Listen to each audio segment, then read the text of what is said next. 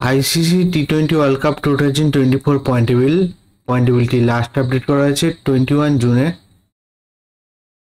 20 জুনে India versus আফগানিস্তানের মধ্যে ম্যাচ হয়েছিল, সেই ম্যাচে ইন্ডিয়া উইন হয়েছে।